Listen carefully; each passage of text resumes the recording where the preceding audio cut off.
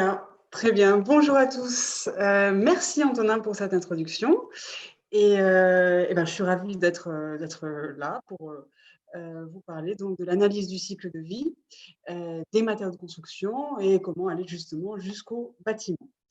Bon, Verso a été présenté, hein, juste 2 mots. Dans Verso, donc c'est une entreprise jeune, hein, que je viens de créer, hein, dans laquelle je suis aujourd'hui. Je fais globalement des ACV et aussi certaines missions de recherche sur des thématiques un peu plus larges, de transformation de notre société vers une version, on va dire, plus écologique et responsable. Alors, pendant cette présentation, je vais donc vous présenter ce que c'est que l'analyse du cycle de vie, d'où ça vient, comment on les réalise. On verra qu'on arrivera à aller dans le détail pour bien comprendre, tout en restant quand même assez succinct, pour rester dans les temps. Ensuite, on va faire un focus particulier sur les bases de données et afin d'introduire la partie sur la base IGNES, voilà, que je vais plus vous présenter dans le détail. Et on terminera sur la méthode de plus c'est moins. Alors, la CV.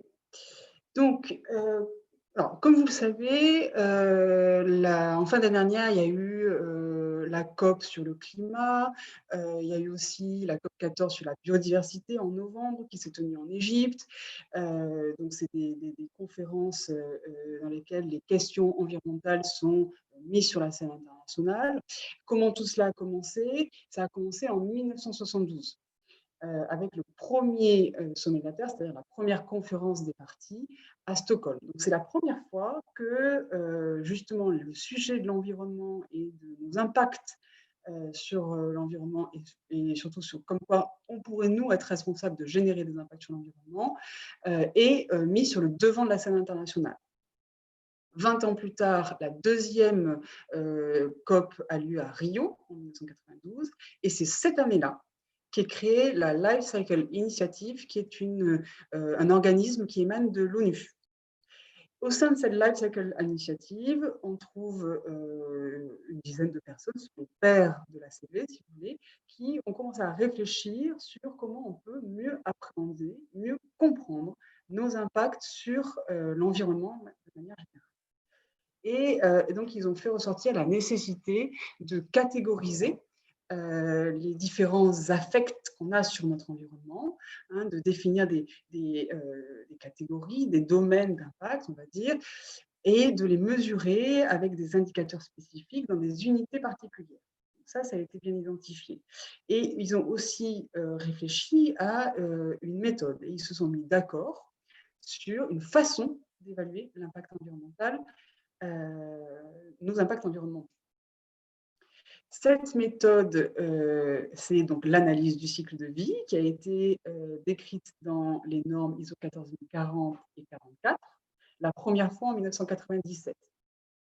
Donc, c'est-à-dire que c'est une méthode qui est très jeune, hein, ça fait 20 ans à peu près qu'elle est appliquée dans l'industrie. Donc, les progrès entre les années 2000-2010 et aujourd'hui sont faramineux.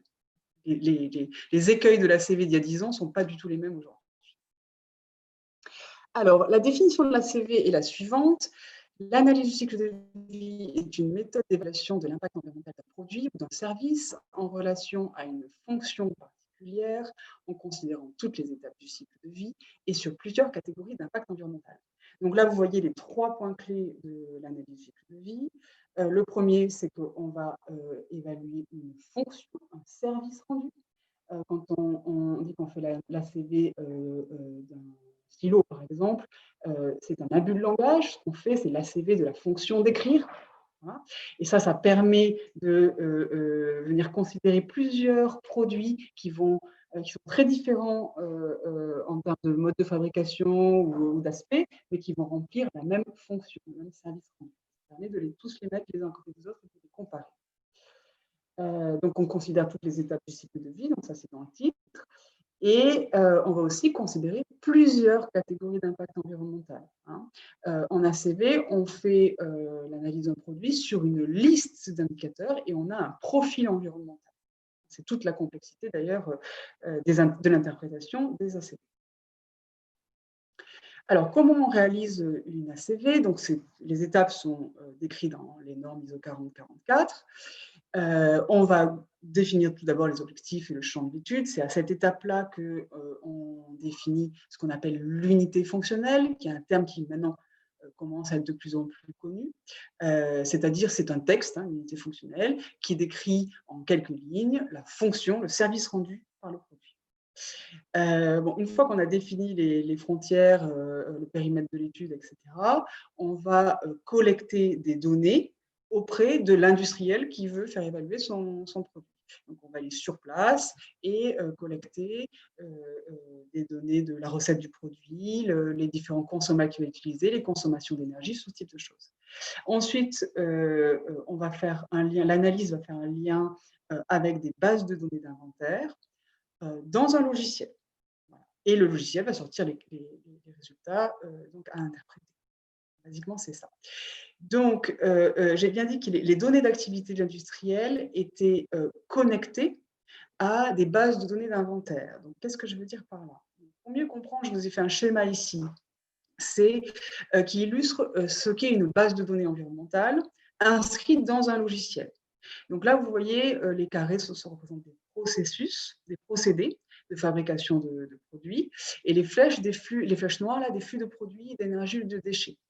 Donc, dans un logiciel, dans une base de données inscrite dans un logiciel, on a différents procédés qui sont connectés les uns avec les autres.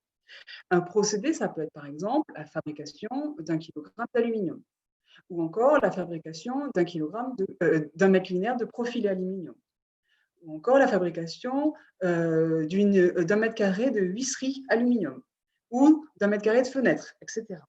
Et là, vous comprenez bien qu'en fait, ces procédés sont connectés les uns avec les autres parce que les sortants des uns sont les entrants des autres. Donc, le kilogramme d'aluminium va être l'entrant du procédé de fabrication du profilé, qui va avoir pour sortant un mètre linéaire de profilé, qui va lui-même être un entrant du procédé de fabrication de visserie, etc., etc. Donc là, vous avez dans ce schéma, tout en haut, c'est les procédés qui sont en amont de toutes les chaînes de production, donc l'extraction des oxydes métalliques, des agents énergétiques, des choses comme ça. Et plus on va descendre, plus on va trouver des procédés représentant la fabrication de produits transformés. Alors, nous, qu'est-ce qu'on fait quand on fait une ACV, nous, ACVistes? On fait ça, c'est-à-dire qu'on va créer des nouveaux procédés, donc des nouveaux petites cases bleues, qui vont correspondre à notre produit. Voilà. Chaque case bleue correspond à une étape du cycle de vie qu'on va grager petit à petit et pour avoir au final, le dernier procédé en bas à droite, c'est le cycle de vie du produit que je veux analyser. Et vous notez qu'on va chercher à connecter ces cases bleues avec les procédés, plutôt les flux sortants de la base de données qui existe dans notre logiciel. Et donc, c'est cette connexion qu'on va réaliser, qui va d'ailleurs prendre le plus de temps quand on fait une analyse du cycle de vie. Là, vous voyez sur ce schéma qu'il y a aussi des flux dont je n'ai pas parlé, les flux verts qui sont les flux élémentaires. Alors, les flux élémentaires, ce sont des flux de substances, de polluants, de gaz qui vont être émis depuis la technosphère, c'est-à-dire le monde des humains, vers l'écosphère, c'est-à-dire basiquement la nature. Et il y a aussi des flux d'ailleurs qui vont de l'écosphère vers la technosphère. Alors, l'écosphère, un mot là-dessus, parce que c'est important. Donc, c'est l'ensemble du monde naturel. Certains le divisent en 4 catégories. On a en gros le sol, l'air et l'eau, qui sont tous 3 supports de la biosphère. C'est-à-dire la biosphère, c'est l'ensemble du vivant. Voilà. Et donc, les flux qu'on va avoir dans nos bases de données, ce sont les flux élémentaires de polluants depuis la technosphère vers le sol, par exemple, les hydrocarbures qu'on va rejeter dans le sol, etc., vers l'atmosphère, donc par exemple les gaz à effet de serre, évidemment, les particules fines, etc., ou vers l'hydrosphère, donc tout ce qui est polluant marin, donc l'azote, le phosphate, ce genre de choses. Et on va aussi avoir, vous l'avez compris, des flux qui vont dans l'autre sens, c'est-à-dire qui correspondent à l'extraction de ressources depuis la lithosphère ou la biosphère d'ailleurs, vers la technosphère. Donc, quand on fait une analyse du cycle de vie, une fois qu'on a modélisé le système, c'est-à-dire qu'on a fait toutes ces cases bleues là que j'ai représentées, On va sélectionner le dernier procédé en bas à droite et on va appuyer sur le bouton calculer les impacts. Alors, qu'est-ce que le logiciel fait quand on fait ça? Il va remonter l'ensemble de la chaîne de production jusqu'à arriver tout en haut. Et à chaque fois qu'il rencontre un flux vert, il le répertorie, il l'inventorie. Voilà. Et de cette manière-là, on a, après un certain temps de calcul, une liste de 40 000 flux élémentaires émis dans l'environnement ou extraits de l'environnement qui correspond à mon produit, enfin plutôt au cycle de vie de mon produit. C'est une liste de 40 000 flux. Et ensuite, ces différents flux sont agrégés dans différentes catégories d'impact environnemental, c'est-à-dire que leur unité est convertie, puis par des facteurs de pondération, on va arriver à les rassembler dans différents indicateurs d'impact environnemental, dans le but de mieux pouvoir les interpréter. Parce qu'interpréter une liste de 40 000 flux, c'est plus complexe que des listes d'une dizaine d'indicateurs d'impact environnemental. Donc voilà ce qu'on fait quand on fait une ACV. Alors ça, là, je vous mets un exemple de catégorie d'impact environnemental, parce que vous connaissez certainement l'énergie primaire non renouvelable, les changements climatiques, mais il y en a d'autres. Juste quelques exemples. L'idée, ce n'est pas de les passer en revue, c'est juste de vous faire prendre conscience qu'en fait, il y en a d'autres. En l'occurrence, la Commission européenne s'est mis d'accord sur une liste qui serait exhaustive et sans recouvrement de 16 indicateurs d'impact environnemental. C'est-à-dire qu'avec 16 indicateurs, on touche à peu près tous les points d'inquiétude, on va dire de préoccupation des différents produits concernant leur impact sur l'environnement.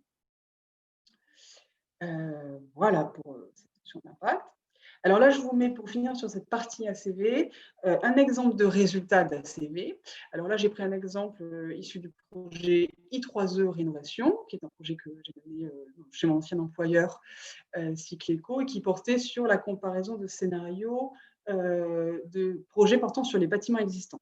Donc avec 3 gros scénarios, en gros, un bâtiment laissé en statu quo, une rénovation ou une démolition-reconstruction. Donc là, j'ai pris pour exemple l'indicateur eutrophisation, dire voilà, on a ce type de résultat en ACV. Et donc là, on voit qu'on a comparé 3 scénarios. Alors l'impact total de ces 3 scénarios, c'est le haut de l'histogramme. Voilà. Donc on voit que le bâtiment laissé en statu quo a plus d'impact que les 2 autres. On note d'ailleurs que l'effort de rénovation a permis d'améliorer la performance énergétique et ça se ressent sur la diminution de la partie orange, parce qu'on a effectivement la description de chaque étape du cycle de vie à l'intérieur. Et alors, ce qui est intéressant aussi dans ce type de résultat, et là on voit vraiment en quoi la CV peut apporter des enseignements et des informations, c'est que quand on regarde les 2 derniers scénarios, rénovation ou démolition-reconstruction, alors ça c'était un cas où on pouvait pas, en rénovant, on ne pouvait pas changer le système de production de chaleur, mais par contre, en démolissant et en reconstruisant, on pouvait mettre en place une PAC géothermique qui était plus efficace. Et donc, du coup, on voit que le fait de démolir et reconstruire permet de réduire fortement la consommation d'usage, mais par contre, l'impact des matériaux utilisés pour la reconstruction vient supplanter ce bénéfice. Et au final, entre rénovation et reconstruction, on est kiff-kiff dans ce cas-là. Voilà. Donc voilà ce type de résultat, ce type d'information que vous avez quand vous faites appel à cette méthode ACV. Alors maintenant, rentrons un peu plus dans le détail des bases de données. Donc, je vous ai expliqué comment à quoi ça ressemble et ce qu'elles contiennent. Vous avez noté que jamais dans les bases de données, on a surtout des informations sur les chaînes de valeur et sur les flux élémentaires, mais pas forcément des informations sur les impacts. Alors, c'est justement ce qu'on va voir maintenant. Alors, qu'est-ce que c'est qu'une base de données? Une base de données, ça contient des sets de données, ou des datasets en anglais, donc c'est un tas d'informations, et chaque set de données concerne un procédé. J'en ai parlé, un procédé, c'est une opération de transformation, il y a un avant et un après. Il y a 2 types de bases qui existent. Il y a celle qui donne le détail de la chaîne de valeur et qui permet le calcul d'impact sur n'importe quel indicateur d'impact calculé, donc une méthode de calcul existe. Et ça c'est les bases de données d'inventaire, hein, c'est leur nom. C'est, ce que je vous ai montré, 3 slides plus haut, c'est ça, c'est une base de données d'inventaire, c'était l'illustration d'une base de données d'inventaire. Il y a celle aussi qui donne le détail des impacts environnementaux sur une liste donnée. Et là, on a affaire à des bases de données de déclaration environnementale de produits, des bases de données de DEP. Voilà. Et ça, c'est très, très différent. Donc, je vais vous donner un exemple pour fixer un petit peu plus les idées. Donc, en termes de base de données d'inventaire, il y a EcoInvent que la plupart des gens connaissent. Alors, en fait, pourquoi les gens la connaissent? Parce que, en fait, c'est la base de données pionnière, c'est la première à avoir été créée et c'est celle qui est la plus complète aujourd'hui en termes de base de données d'inventaire. Alors après, on fait souvent appel à peut-être éventuellement d'autres bases de données lorsqu'on se trouve dans différentes localités. Par exemple, USLCI, c'est une base de données spécifique aux États-Unis. Ceux qui habitent là-bas vont utiliser plutôt celle-là. Et on a aussi des bases de données d'inventaire qui sont spécifiques à certaines catégories de produits. Donc, AgriEpalis pour les produits agricoles, Industrie Data pour les plastiques, etc. Ce n'est pas du tout une liste exhaustive. Et on a aussi donc, des bases de données de DEP. Donc là, quelques exemples. Il y a le Book catalogue qui a été développé en Autriche que je pense certains d'entre vous connaissent. Et donc, qui est une base de données qui donne les impacts de matériaux de construction, en l'occurrence. Il y a l'éco-plateforme EPD, aussi, qui est une base de données de DEP. Et il y a la base IGNES en France. C'est une base de données qui inclut des informations environnementales, d'impacts environnementaux sur différents produits de construction. Et alors justement, on va rentrer dans le détail de cette base-là. Donc, c'est une base de données publique, accessible en ligne et qui rassemble les DEP. Donc, accessible en ligne, ça veut dire que là, pendant qu'on discute, vous pouvez aller voir sur ignes.fr, je crois. Je vous ai mis le lien plus loin. Et pour voir un petit peu voilà, qu'est-ce qu'elle contient et comment on peut consulter ces DEP et à quoi ressemble une DEP. Donc, elle contient donc les déclarations environnementales de produits des fabricants et aussi les données par défaut du ministère. Donc, je ne vais pas m'étendre là-dessus pour cette présentation. Mais voilà, sachez qu'elle contient encore d'autres données que celles des fabricants. Alors, justement, les données des fabricants, les DEP des fabricants du secteur de la construction en France, on en trouve deux types. On trouve les FDES, que vous connaissez, et aussi les PEP, c'est-à-dire les profils environnementaux de produits. Donc, c'est des documents très, très similaires, on va dire identiques. La seule différence, c'est que les PEP vont porter sur les équipements électriques, électroniques ou de génie climatique, alors que les FDES vont porter sur les produits de construction et de décoration. Dans les deux cas, ce sont des DEP basés sur des résultats d'ACV. C'est-à-dire que quelqu'un a fait une ACV pour pouvoir générer ces FDES et PEP.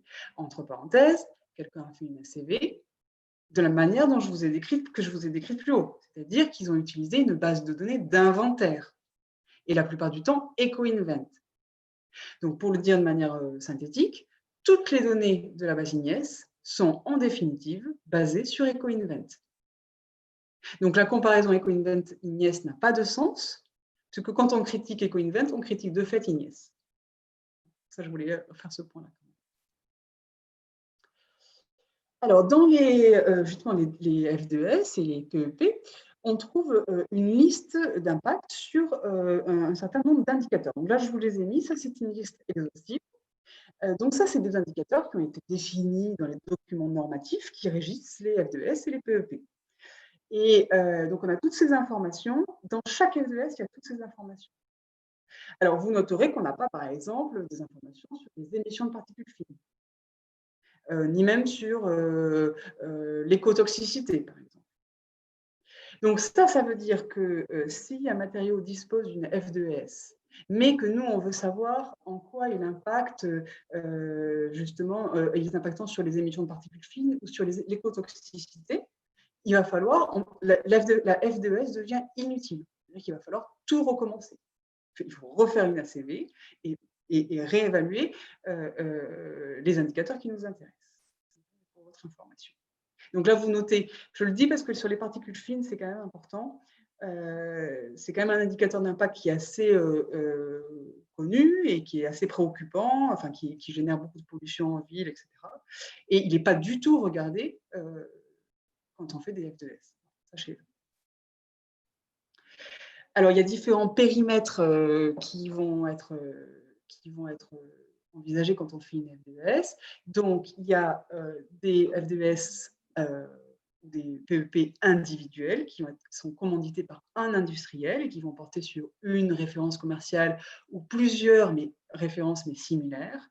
Et il y a des F2S et des PEP collectives qui sont commandités par des syndicats ou des fédérations professionnelles et qui vont porter sur un même type de produit mais de plusieurs fabricants.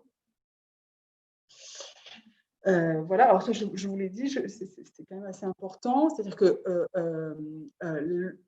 l'ISO est le document mère, si vous voulez, et il y a plusieurs documents filles qui existent, qui expliquent comment faire une ACV dans des cas particuliers.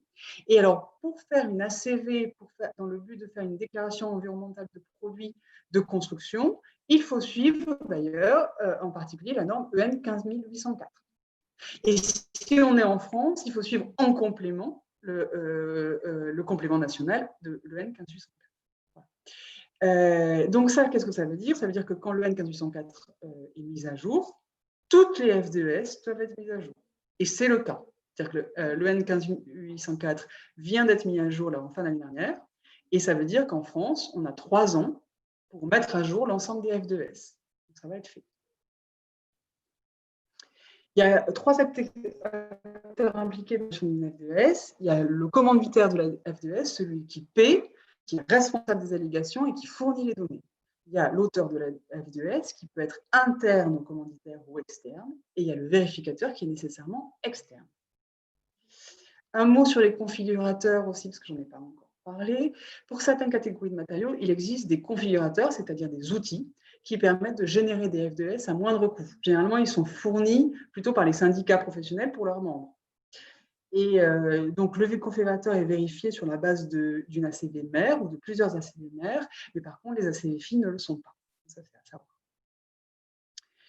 savoir. Alors, à savoir aussi, les exigences pour être vérificateur sont même assez élevées, puisqu'il faut avoir pratiqué la CV sur des produits de construction, avoir fait déjà des F2S récemment, il faut avoir des expériences professionnelles dans le bâtiment et en lien avec l'environnement. Et une fois qu'on a pu prouver tout ça, qu'on a fait une lettre de motivation, etc., on passe un entretien à la FNOR avec un cas pratique de vérification et on est réévalué tous les 3 ans. Donc, je suis vérificatrice, je suis passée par cette étape-là. Donc, avec une vérification que le vérificateur a bien les compétences, ce qui est assez rassurant. Donc, au final, la vérification, c'est vraiment un gain de crédibilité.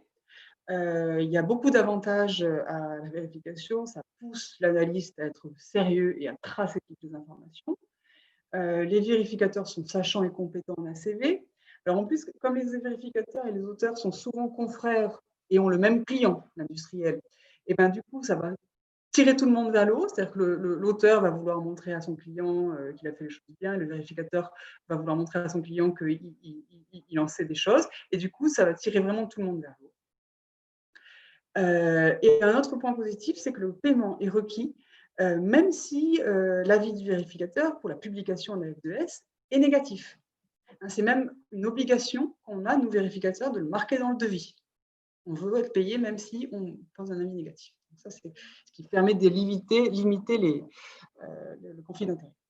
Voilà, bon, il y a des défauts, il n'y a pas d'exigence sur la connaissance du secteur, c'est-à-dire qu'un vérificateur qui va être plutôt spécialisé, connaisseur du bois, va tout à fait pouvoir être sollicité pour vérifier une peinture, donc il ne connaîtra pas forcément les ordres de grandeur, enfin les points clés de ce type d'ACV. Voilà, il aura un périmètre, un budget limité, il ne peut pas faire de visite de site, voilà, ce n'est pas idéal. Mais et la vérification des FDS, des configurateurs aussi est à renforcer. Mais globalement, bon, on va quand même dans le bon sens. La vérification, pour info, est obligatoire depuis 2017. Avant, elle ne l'était pas. Donc, toutes les F2S et tous les PEP sont vérifiés. Et pour finir, du coup, sur cette présentation, je vais vous parler de E+C- et du coup, comment tout ce que je vous ai dit s'intègre dans E+C-. Donc, vous le savez, c'est aujourd'hui un label et une expérimentation qui a été reportée dans un observatoire. Les résultats de cette expérimentation sont accessibles à tout le monde. Donc, si vous voulez avoir plus d'infos sur voilà, les tests qui ont été réalisés et les ordres de grandeur qu'on obtient, je vous invite à aller dans cet observatoire. Demain, c'est la norme qui se substitue à l'alerte 2012. On lit sur le site RE 2020 cette phrase-là. Donc, la RE 2020 fera suite à l'alerte 2012 pour toutes les constructions neuves à partir du 1er janvier 2021. Parenthèse, report à l'été 2021 pour post-Covid-19. Les dernières infos. Les sources d'informations sur toute cette nouvelle réglementation sont sur bâtiment énergie carbone et non pas sur la RE 2020. Mis à part cette phrase-là, c'est tout ce qu'on y trouve. La méthode, etc., tout est sur bâtiment énergie. Alors, justement, sur ce site web, on trouve notamment le référentiel énergie carbone. Donc, qu'est-ce que c'est que le référentiel énergie carbone? C'est 2 documents, une méthode et des niveaux. Alors, sur ce site web, on trouve aussi une mallette pédagogique qui est proposée par le ministère pour la formation des acteurs. Et là, donc les 3 premières phrases, c'est un extrait, c'est vraiment une copie d'écran de cette mallette. Le référentiel, c'est une méthode d'évaluation de la performance énergétique et environnementale et des niveaux de performance énergie et carbone. Donc là, moi, j'ai surligné les mentions énergie et environnementale et carbone pour vous faire noter ce point-là.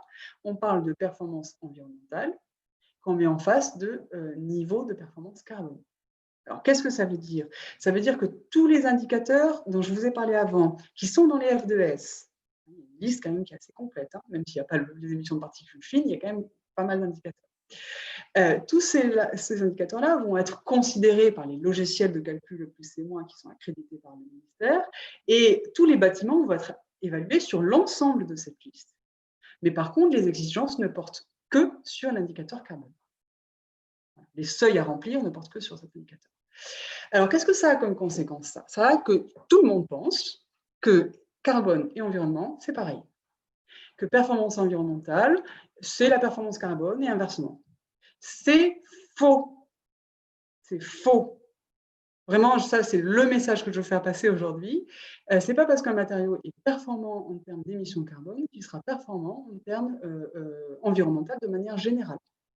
Et c'est même parfois l'inverse, c'est-à-dire que quand on va faire des efforts pour réduire l'empreinte carbone, on peut tout à fait, par ce biais-là, augmenter les impacts sur la pollution de l'eau, sur la pollution de l'air, sur les effets cancérigènes, enfin voilà, sur tout un tas de choses. Bon, alors, il vaut mieux l'énergie et le carbone plutôt que rien, mais ça, sachez ça quand même. C'est pas du tout synonyme. Donc, ce qu'il faut faire dans cette RE 2020 par rapport à ce qu'il fallait faire avant, c'est réaliser une évaluation quantitative de la consommation d'énergie et des émissions de gaz à effet de serre du projet de construction. Donc, l'évaluation porte sur le bilan énergétique, donc ça, j'en parle pas aujourd'hui, et sur les émissions de GES, sur le cycle de vie. Voilà.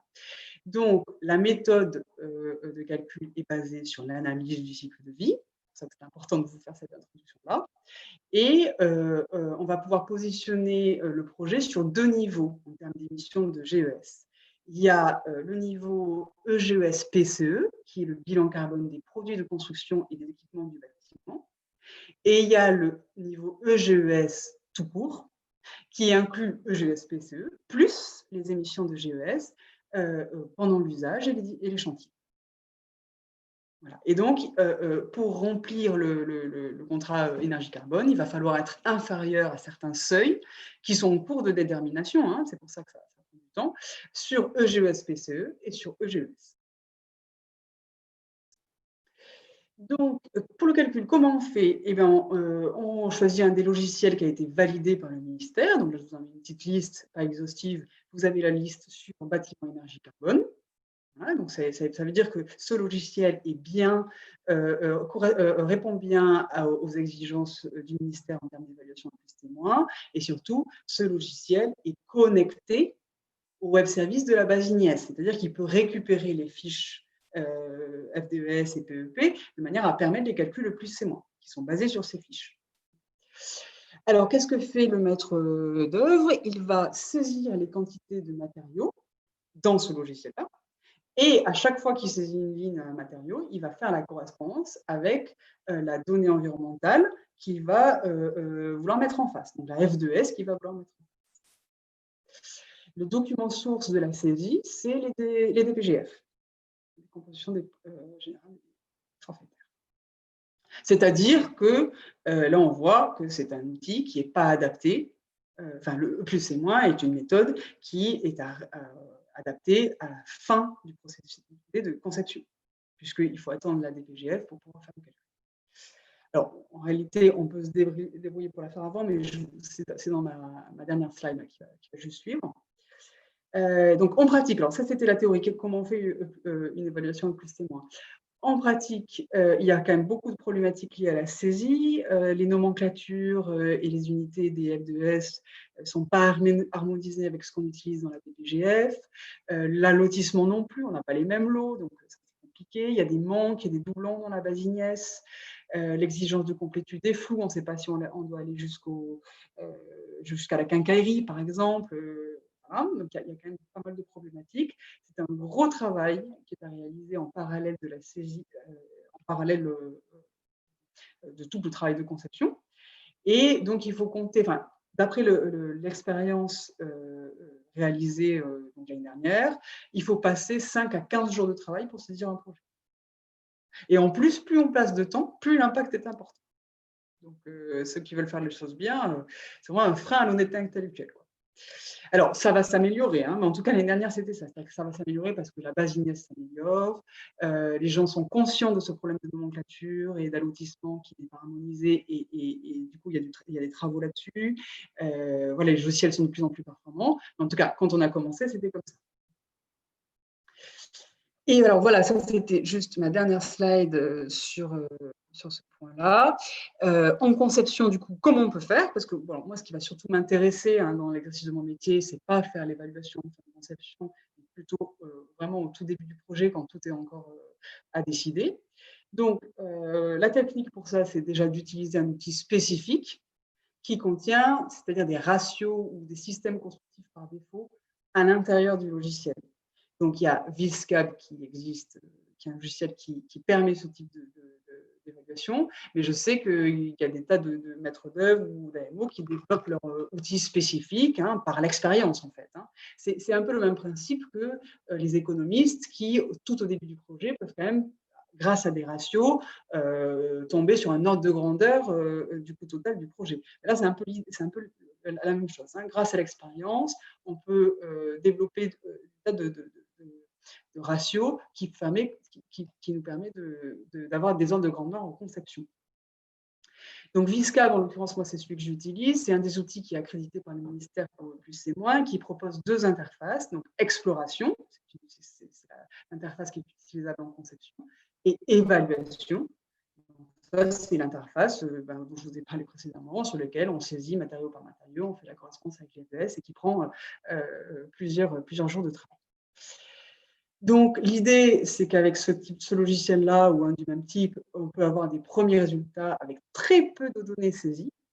Par exemple, en saisissant la typologie du bâtiment, sa forme, son orientation, le matériau structurel, la pourcentage de surface vitrée sur les différentes façades et la surface de PV. Rien qu'avec ça, on peut savoir si on est loin ou pas des seuils plus et moins. C'est vraiment un très, très, très bon avantage de ce logiciel. Et du coup, moi, j'ai fait cette expérimentation sur un projet, Antonin en parlait au début, donc mené par la ville de Besançon, un projet de construction d'un groupe scolaire dans le quartier des Vettes à Besançon. Et on a été missionné avec le bureau d'études Athénaire au tout début du projet, au moment du programme, pour faire des premières estimations E plus C-.